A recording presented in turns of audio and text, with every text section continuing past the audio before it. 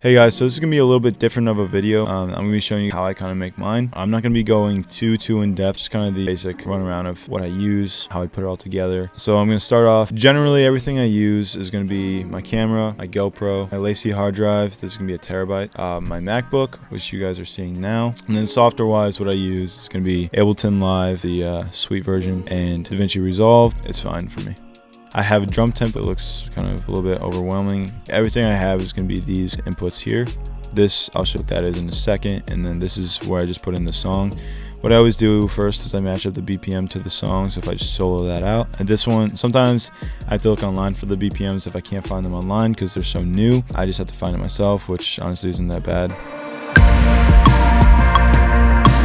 So that's fine. This video actually is already up on YouTube, so this is basically just showing you how I made it. And this is the process I've had for my videos for the past few months. Nothing's really changed. A few tweaks here and there, but otherwise, it's pretty much all just generally the same. I have all these inputs here and then the actual song itself. This is going to be the mixed one right here, so if you want to check that out. If you notice these cuts right here, this is actually because I messed up the first portion of the song, and I try not to do this as much as I can, but if I have to, I have to, because I don't have all the time in the world to be doing this, to re-record songs all the way. Is I have to chop it up sometimes, so I had to chop up this first kind of section, fix that up a little bit. And sometimes I got to quantize the snare on certain parts, but a lot of times it's pretty much just record, mix, go. Try not to. I don't think anything else is really quantized in this. Everything was pretty normal.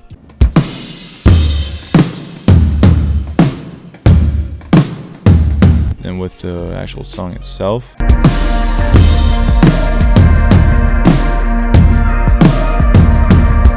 this is unmixed.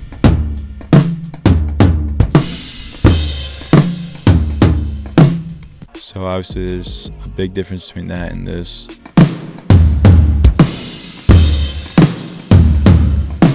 I'm proud of it. Before I had my own mix here on the previous videos, I always said mixed by Daniel Kasuniak. He does amazing mixes. He's real great. I'm sure he'd be happy to do something for you. This is actually my own mix. When I am done with the mix, what I do is I select all the tracks, highlight the portions that I want. It's gonna be this kind of square right here. File, export, and then do that. This mix actually had 4 different versions of it. This was the 4th. Now once I'm done with that, what I'm gonna do is I'm gonna open up DaVinci Resolve, and we'll start this. First off, in my media pool here is the primary camera. What we always try to do is have 2 separate angles, one that's moving, the main, and then a secondary that's going to be just stationary. This is something that we've done since the first video, the sicko mode video. We've always had kind of 2 cameras. We went back and forth between 1 stationary, 2 stationary, 1 moving, 1 not, and then just 1 moving. And this is ultimately the look that I kind of have fallen back on. I love this look a lot. It just feels good to me. So that's it by itself right there. I'm going to put that into the timeline. What I do is I take the master, then I always match that up first. Then I take the GoPro, which is going to be right here. It's obviously very zoomed out, so I put that over with the audio. What I do is I always start off the videos with these black screens, so I always put that over. I used to fade it in. I don't really care for that anymore. Again, it's the little tweaks. I like this, I don't like this, so I just change it up, and it's just a matter of time with how I like my videos. I always color code it, make it look kind of pretty,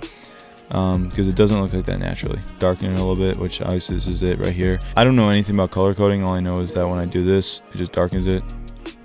And when I do this, it lightens it. I knew you can make kind of individual points, but I never felt the need there. And then with the GoPro shot, I do the same thing, darken it a little bit, and then I take the colors and I kind of match them up. So obviously you can see there's the pink here, there's the blue here. Try to make it look the same when it's on this side here. So the pink with the blue, and then the pink with the blue.